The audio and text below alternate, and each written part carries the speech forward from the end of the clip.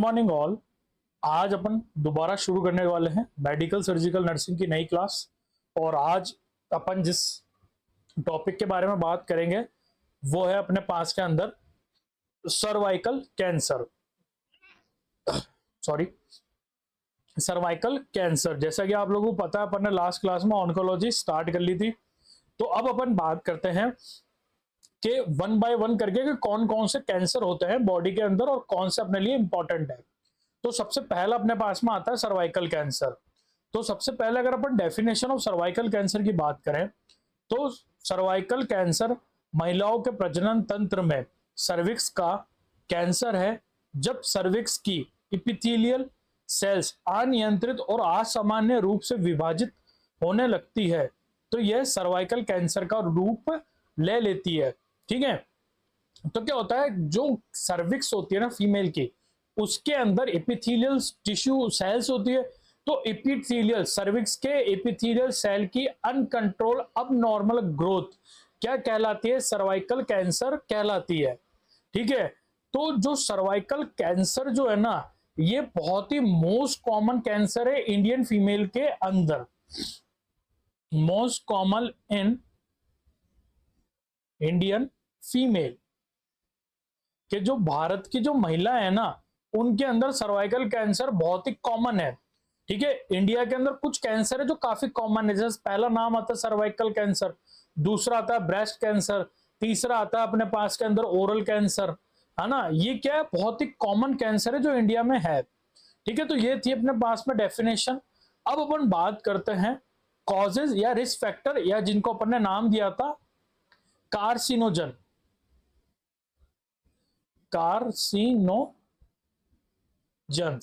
Carcinogens मतलब कि वो सब्सटेंस या फिर ऐसी हैबिट या फिर ऐसी चीजें जो कैंसर को कन्वर्ट करती है। ठीक है, मतलब कैंसर को बनाती है, कैंसर को प्रेरित करती है। तो सबसे पहला आता है प्राइमरी कॉजेज। प्राइमरी कॉजेज की अगर अपन बात करें तो उसके अंदर एक ही नाम आता है और सबसे इंपॉर्टेंट नाम आता है ह्यूमन पेपिलोमा वायरस। और इसको आपको स्टार मार्क करके लिखना है, 5 स्टार के अंदर करके लिखना है कि सर्वाइकल कैंसर का जो प्रमुख कारण जो होता है ना, वो क्या होता है अपने पास के अंदर? वो होता है ह्यूमन पेपिलोमा वायरस, जिसको एचपीवी वायरस बोलते हैं। और आप ये समझ लो 99% केसेस के अंदर अगर सर्वाइकल कैंसर हुआ है तो वो किसके कारण होगा? वो एक ही कारण आएगा। 99%, 1% दूसरा हो सकता है, बट 99% क्या है? ह्यूमन पेपिलोमा वायरस या फिर एचपीवी वायरस। क्या? HPV virus, human papilloma virus. ठीक है, और जो ह्यूमन पेपिलोमा वायरस का जो एचपीवी 16 और एचपीवी 18 होता है ना, ये लगभग 70% मामलों के लिए जिम्मेदार होता है। ठीक है, और अगर अपन बात करें कि इसके अलावा क्या क्या कॉजेज होते हैं, तो सबसे पहला आता है 18 उम्र से कम की फीमेल का यौन संबंध बनाना। ठीक है, क्या मतलब जो फीमेल है वो 18 प्लस नहीं है और उसने अगर इंटरकोर्स चालू कर दिया है तो ये भी कॉज होता है सर्वाइकल कैंसर का। वो क्यों होता है? उसका मेनली रीजन आप ये दे सकते हो कि एक तो अपने मिनार्की के टाइम में, ठीक है, एक रिप्रोडक्टिव एज में और एक मीनोपॉज की एज में, तीनों के अंदर जो वेजाइना के जो पीएच है ना, उसके अंदर तीनों में बहुत डिफरेंस आता है। ठीक है, तो क्या होता है, जैसे ही अगर फीमेल इंटरकोर्स चालू कर देगी, है ना, और अगर वेजाइना के पीएच अगर ढंग की नहीं हुई तो वो क्या करेगी? बैक्टीरिया को किल नहीं कर पाएगी, जिसके कारण क्या है? कॉज हो सकता है कैंसर। ठीक है, दूसरा सबसे कॉमन कारण आता है मल्टीपल सेक्सुअल पार्टनर, जो कि बहुत ही ट्रेंड में आज के तारीख के अंदर। ठीक है, बोलना नहीं चाहिए बट एक कह सकते हो आप, मल्टीपल सेक्सुअल पार्टनर बहुत ही बैड हैबिट है। ठीक है, जिसके कारण कैंसर कॉज हो सकता है। दूसरा आता है बैरियर मेथड का यूज नहीं करना। ठीक है, तीसरा आता है बार बार गर्भधारण करना। ठीक है, मतलब कि क्या है, फीमेल जो है वो लगातार बार बार ना अबॉर्शन करा रही है, फिर कंसीव कर रही है, फिर अबॉर्शन करा रही है, फिर कंसीव कर रही है। ठीक है, जिसके कारण क्या हो रहा है, बार बार फीमेल जो है कंसीव करती जा रही है, जिसके कारण भी क्या होता है, सर्विक्स का कैंसर कॉज होता है। ठीक है, एज यूजुअल स्मोकिंग, तंबाकू। ठीक है, स्मोकिंग से कैंसर होता ही होता है, चाहे कुछ भी ले लो आप। एमएसएन के अंदर 99% डिजीज के अंदर आप कॉजेज के अंदर आंख बंद करके 2 नाम लिख सकते हो, स्मोकिंग और अल्कोहल। मैं खुद अपने एक्सपीरियंस से कह रहा हूं, चाहे नर्वस सिस्टम की डिजीज हो, नर्वस सिस्टम के अंदर आप देख लो स्ट्रोक, स्ट्रोक के अंदर आप स्मोकिंग लिख दो। अल्कोहल लिख दो, कोई गलत नहीं करेगा। ठीक है, आप डाइजेस्टिव सिस्टम के अंदर जाओ, डाइजेस्टिव सिस्टम के अंदर आप है ना पेप्टिक अल्सर ले लो, पेप्टिक अल्सर सबसे मोस्ट कॉमन डिजीज होती है, पेप्टिक अल्सर लिख दो, उसके अंदर अल्कोहल और स्मोकिंग लिख दो, कोई गलत नहीं करेगा। ठीक है, आप रीनल सिस्टम के अंदर चल जाओ, रीनल सिस्टम के अंदर अपने है ना फॉर एग्जांपल आप सीकेडी ले लो, है ना, या फिर क्रोनिक डिजीज जो अपने रीनल डिजीज ले लो, कोई सी भी ग्लोमेरुलोनेफ्राइटिस ले लो, पाइलोनेफ्राइटिस ले लो, उसके अंदर भी आप स्मोकिंग और जो अल्कोहल है वो लिख सकते हो। क्यों? कि वैसो कॉन्स्ट्रिक्शन हो गया जिसके कारण रीनल को सप्लाई नहीं हुई ब्लड की, जिसके कारण किडनी डैमेज होगी, वो लिख सकते हो आप। ठीक है, लीवर लिख लो, लीवर डिजीज लिख दो, लीवर सिरोसिस लिख दो। ठीक है, लीवर सिरोसिस के अंदर आप लिख सकते हो अल्कोहल और स्मोकिंग। तो जितनी भी डिजीज है आंख बंद करके आप स्मोकिंग और अल्कोहल को लिख सकते हो। ठीक है, और कारण आता है अपने पास के अंदर HIV एड्स। HIV एड्स में क्या होता है, इम्यूनिटी कम हो जाती है। ठीक है, इम्यूनिटी क्या हो जाती है, डिक्रीज हो जाती है। और डिक्रीज क्यों होती है? क्योंकि जो CD4 का जो काउंट है वो कम हो जाता है, जिसके कारण क्या होता है, चांसेस है कि आपको बैक्टीरियल इन्फेक्शन हो सकता है। और एक सबसे इंपॉर्टेंट जो यहाँ पर आती है, बहुत ही इंपॉर्टेंट बात है और मैं इसको अंडरलाइन करूंगा, लंबे समय तक OCP ओरल कॉन्ट्रासेप्टिव पिल्स का यूज, ठीक है, 5 वर्ष से अधिक यूज करने पर सर्वाइकल कैंसर होने के सबसे ज्यादा चांसेस होते हैं। ठीक है, और मैं आपको एक चीज बताऊंगा ओरल कॉन्ट्रासेप्टिव पिल्स जो है ना, ओरल कॉन्ट्रासेप्टिव पिल्स का नेचर क्या होता है, ये एनओव्यूलेटरी होती है। मतलब कि ये क्या कराएगी, ओव्यूलेशन को बंद करवा देगी। ठीक है, अगर आप लगातार OCP कंज्यूम करोगे ना तो आपकी जो ओवेरी है वो एग बनाना ही बंद कर देगी, परमानेंटली इनफर्टिलिटी आ जाएगी। ठीक है, तो इसलिए ओरल कॉन्ट्रासेप्टिव पिल्स अगर आप सही काम में लोगे, ठीक है, सही काम का मतलब है आप अपने इसका दिमाग का यूज करके अगर काम में लोगे तो बहुत अच्छी है। अगर आप इसको गोली बिस्कुट की तरह खाने लग गए तो ये क्या कॉज करवा देगी, इनफर्टिलिटी कॉज करवा देगी। ठीक है, तो ओरल कॉन्ट्रासेप्टिव पिल्स के कारण भी क्या होता है, सर्वाइकल कैंसर कॉज होता है। ठीक है, अब आता है अपने पास के अंदर sign and symptom of cervical cancer, कि सर्वाइकल कैंसर में अपन को क्या क्या साइन एंड सिम्टम देखने को मिलते हैं। तो उसके लिए क्या होता है, जो स्टार्टिंग की जो फेज होती है ना, उसके अंदर सर्वाइकल कैंसर में कोई स्पष्ट मतलब कोई एक ये मान लो स्पष्ट मतलब आप है ना आइडेंटिफाई नहीं कर पाओगे कि ये सर्वाइकल कैंसर ही है क्या। ठीक है, कोई स्पष्ट लक्षण दिखाई नहीं देता है। बट जैसे जैसे लेट स्टेज होती है ना, मतलब बैक्टीरिया ग्रोथ कर रहा है, ठीक है, और वो धीरे धीरे कैंसर सेल्स बढ़ा रहा है, तो आपको साइन एंड सिम्टम देखने को मिलेंगे। और साइन एंड सिम्टम में सबसे पहला और सबसे इंपॉर्टेंट जो होता है वो होता है अनयूजुअल ब्लीडिंग, जो कि मोस्ट कॉमन होता है। ठीक है, सबसे ज्यादा क्या होती है, अनयूजुअल ब्लीडिंग होगी। ठीक है, कब होती है, पोस्ट कोएटल ब्लीडिंग। ठीक है, इंटरकोर्स के बाद में।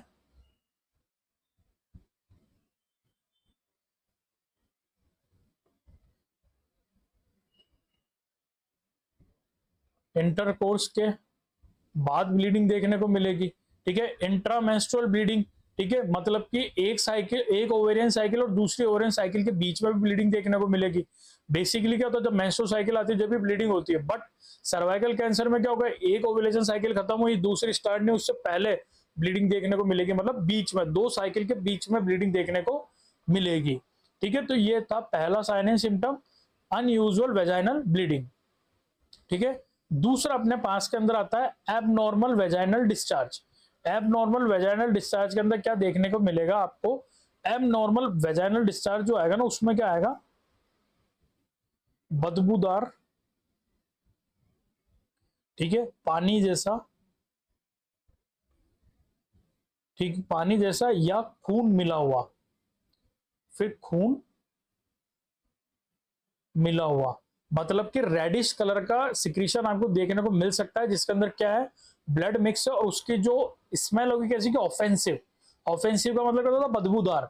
ऐसा आपको वेजाइनल डिस्चार्ज देखने को मिल सकता है। और क्या देखने को मिलेगा, पेल्विक पेन होगा, पेट के निचले हिस्से या पेल्विक हिस्से में आपको पेन देखने को मिलेगा। साथ में होगा डिस्पेरोनिया। डिस्पेरोनिया का मतलब होता है pen during intercourse, pen during intercourse. ठीक है, इंटरकोर्स के टाइम में आपको पेन देखने को मिलेगा। ठीक है, साथ में क्या होगा, पेट के निचले हिस्से में दर्द और पैरों में सूजन देखने को मिलेगी। तो ये थे अपने पास में कुछ साइन एंड सिम्टम जो अपन को सर्वाइकल कैंसर में देखने को मिलता है। ठीक है, अब अपन को क्या करना है, अब अपन को डायग्नोसिस करना है। तो डायग्नोसिस के लिए सबसे इंपॉर्टेंट जो अपने पास में आता है वो आता है पैप स्मीयर टेस्ट। ठीक है, और आप इसको 5 स्टार मार्क करके लिखना, क्योंकि बहुत बार पूछा हुआ है एग्जाम में। इसमें क्या होता है, ये सर्वाइकल कैंसर की स्क्रीनिंग के लिए काम में आता है। ठीक है, स्क्रीनिंग क्या होती है, कोई मुझे बता सकता है डायग्नोसिस और स्क्रीनिंग में क्या अंतर होता है? मैं बता देता हूं आपको। सबसे पहले एक टर्म आती है अपने पास के अंदर, डायग्नोसिस। ठीक है, और एक वर्ड आती है स्क्रीनिंग। ठीक है, अगर मैं आपको बताऊं डायग्नोसिस क्या होता है, डायग्नोसिस होता है सिंगल पर्सन का, सिंगल पर्सन इन्वेस्टिगेशन। कि अगर आप केवल एक पर्सन को लेके स्टडी कर रहे हो तो आप क्या करवाओगे, पेशेंट का डायग्नोसिस करवाओगे। ठीक है, बट अगर आप कम्युनिटी के अंदर हो, किसमें हो, कम्युनिटी के अंदर हो। अब कम्युनिटी में एक पर्सन तो होगा नहीं, कम्युनिटी तो बहुत सारे पर्सन से मिलकर बनी होती है। तो आपको क्या करना है, at community level, at community level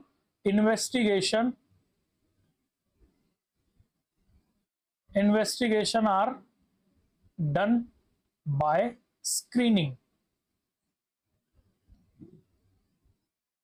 done by screening.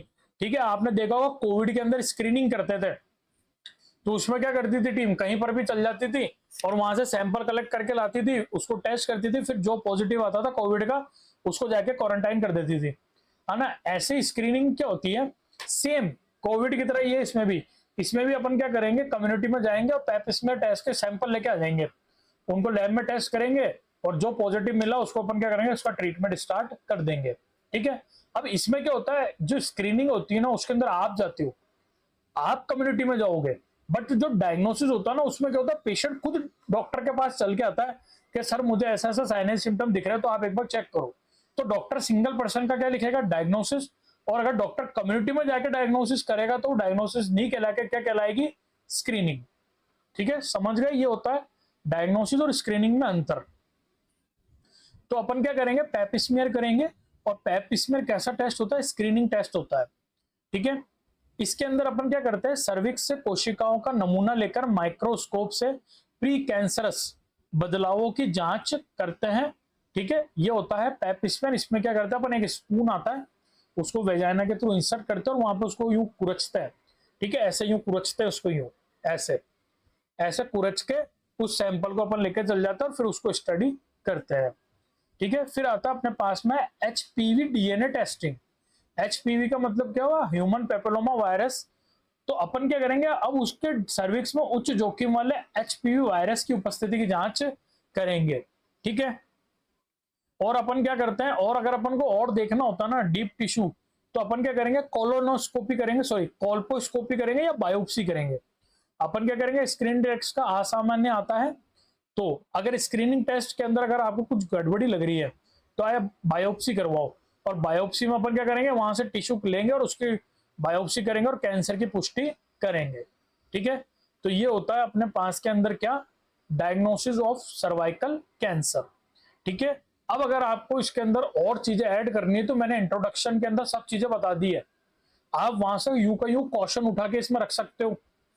ठीक है, डायग्नोसिस के और मेथड इसके अंदर रख सकते हो। मैंने वो इंट्रोडक्शन क्लास इसलिए ही बनाई ताकि आप लोग उसको अच्छे से देख लो, फिर आपको अपने नोट्स के अंदर जो ऐड करना ना आप आगे की नेक्स्ट क्लास लेते जाओ और उन चीजों को इसके अंदर ऐड करके अपने नोट्स को बड़ा अच्छे से बना लो। ठीक है, बाकी मैं कोशिश करता हूं कि आपको हिंदी के अंदर बहुत अच्छे नोट्स मिले और आपको इधर उधर कहीं पर भी और जाने की जरूरत नहीं पड़े, आप केवल सामविका नर्सिंग क्लासेस को देखो और उसके ऊपर समझो। ठीक है, अब आप मुझे एक और चीज बताना कि मेरा पढ़ाने का तरीका आपको अच्छा लगता है या नहीं, तो आप मुझे प्लीज कमेंट सेक्शन में जरूर बताया करो कि मैं आपको कैसा पढ़ाता हूँ। ठीक है, और मैं आपसे एक और आशा रखता हूँ कि आप लोग मुझे ये भी बताया करो कि मुझे सर कि सर आप यह वाला टॉपिक पढ़ाओ, या सर आप यह वाला सब्जेक्ट के अंदर पढ़ो, या सर आप है ना हमको ये वाली चीज वापस समझा दो, तो मुझे अच्छा लगेगा। ठीक है, तो ये थे अपने पास के अंदर क्या, डायग्नोसिस और स्क्रीनिंग टेस्ट। अब अपन पढ़ते हैं ट्रीटमेंट।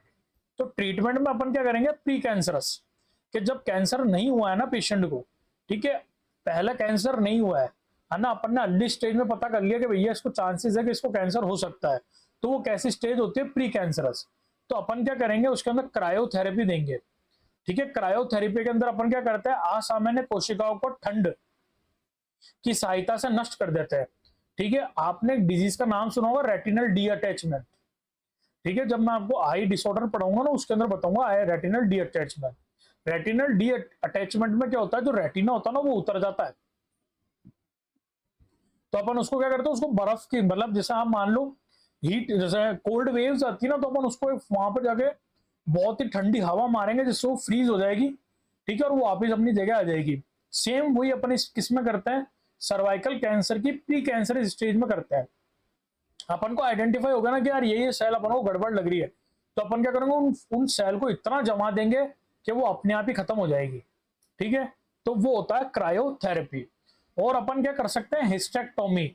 अपन क्या करेंगे, सर्जरी के द्वारा या तो गर्भाशय, पूरा गर्भाशय निकाल देंगे। ठीक है, और साथ में सर्विक्स को भी वहां से बाहर निकाल देंगे। ठीक है, अब हिस्टेक्टोमी भी अलग अलग टाइप की होती है। एक होता है जिसमें केवल यूट्रस बाहर निकाला। ठीक है, एक होता है जिसके अंदर अपन ने यूट्रस और फेलोपियन ट्यूब, है ना, और साथ में ना अपने ओवेरी बाहर निकाल दी। एक होता है जिसमें अपन ने यूट्रस बाहर निकाला और केवल सर्विक्स बाहर निकाली, ओवेरी वहीं छोड़ दी। तो अलग अलग होती है। आप बेसिकली ध्यान रखना, क्या करेंगे, हिस्टेक्टोमी कर देंगे, गर्भाशय और सर्विक्स दोनों को बाहर निकाल देंगे। कौन सी स्टेज में, प्री कैंसरस स्टेज में। ठीक है, अब आता है स्टेज 2, एडवांस स्टेज, जिसके अंदर क्या हो चुका, कैंसर डायग्नोस हो चुका है। तो आपको क्या करनी पड़ेगी, रेडिएशन थेरेपी करनी पड़ेगी, कीमोथेरेपी देनी पड़ेगी, और कीमो रेडिएशन दोनों। जो कीमो रेडिएशन है, कीमो रेडिएशन का मतलब क्या होता है, रेडिएशन प्लस कीमो थेरेपी, इन दोनों के साथ में यूज करके आपको कैंसर सेल को मारना है। तो यहां पर जो रेडिएशन थेरेपी है, कीमोथेरेपी है, और जो और भी अदर जो थेरेपीज है ना, उन सबकी मैं एक सेपरेट क्लास लेके आऊंगा। जैसे मैं इंट्रोडक्शन की क्लास में चीजें लेके आया था, तो मैं उस क्लास के अंदर पूरी रेडिएशन थेरेपी बता दूंगा, पूरी कीमोथेरेपी की ड्रग्स बता दूंगा, और मैं आपको उस क्लास में ये भी बता दूंगा कि ड्रग ऑफ चॉइस कौन सी है कीमोथेरेपी के अंदर किस कैंसर के लिए। ठीक है, ताकि आपको और अच्छे से समझ में आ जाए। अब आता है अपने पास में प्रिवेंशन। आपको इसको रोकने के लिए क्या करना पड़ेगा, वैक्सीनेशन करते हैं। गवर्नमेंट ऑफ इंडिया ने ह्यूमन पेपिलोमा वायरस वैक्सीन निकाल दी है। ठीक है, जो कि सर्विक्स कैंसर से बचाव करवाती है, और ये 19 से 14 वर्ष की लड़कियों के लिए लगाई जाती है। इसके अंदर 2 वैक्सीन आती है, एक होती है सर्वारिक्स, स्पेलिंग गलत हो गई, एक सेकेंड, सर्वारिक्स होती है। ठीक है, और एक होती है ग्रेडेसील। सर्वारिक्स और ग्रेडेसील होती है। ठीक है, ये कब लगाते हैं, 0-6 के ऊपर लगाते हैं। ठीक है, मंथ के ऊपर। ठीक है, और एक वैक्सीन आती है जिसमें 0-6 और 12 मंथ के ऊपर अपन लगाते हैं। ठीक है, तो ये 2 वैक्सीन है जो इंडियन गवर्नमेंट ने अभी लॉन्च करी है, जो सर्विक्स कैंसर को प्रिवेंट करेगी। ठीक है, अब अपन बात करते हैं अपन ने क्या क्या पढ़ा। सबसे पहले अपन ने बात करी डेफिनेशन की, कि सर्विक्स कैंसर क्या होता है। सर्विक्स के अंदर एपिथेलियल टिश्यू की एबनॉर्मल अनकंट्रोल्ड ग्रोथ क्या कहलाती है, सर्विक्स कैंसर कहलाती है। फिर अपन ने कॉजेज देखे थे, जिसके अंदर अपन ने बेसिकली ओसीपी के बारे में मैंने आपको बताया था। उसके बाद अपन ने देखे थे क्या, sign and symptom. Sign and symptom में अपन ने देखा था डिस्चार्ज देखा था, जिसके अंदर ब्लडी डिस्चार्ज आ रहा था। फिर अपन ने देखी थी डायग्नोसिस, और लास्ट में अपन ने क्या करा था, पेशेंट का ट्रीटमेंट। ठीक है, और फिर अपन ने वैक्सीन की बात करी थी, जिसके अंदर अपन ने 2 वैक्सीन देखी थी। आई होप आपको ये क्लास अच्छी लगी होगी। अगर आपको ये क्लास अच्छी लगे तो इसको लाइक करना, वीडियो को शेयर करना, और चैनल को जितना हो सके सब्सक्राइब करवाना। Thank you.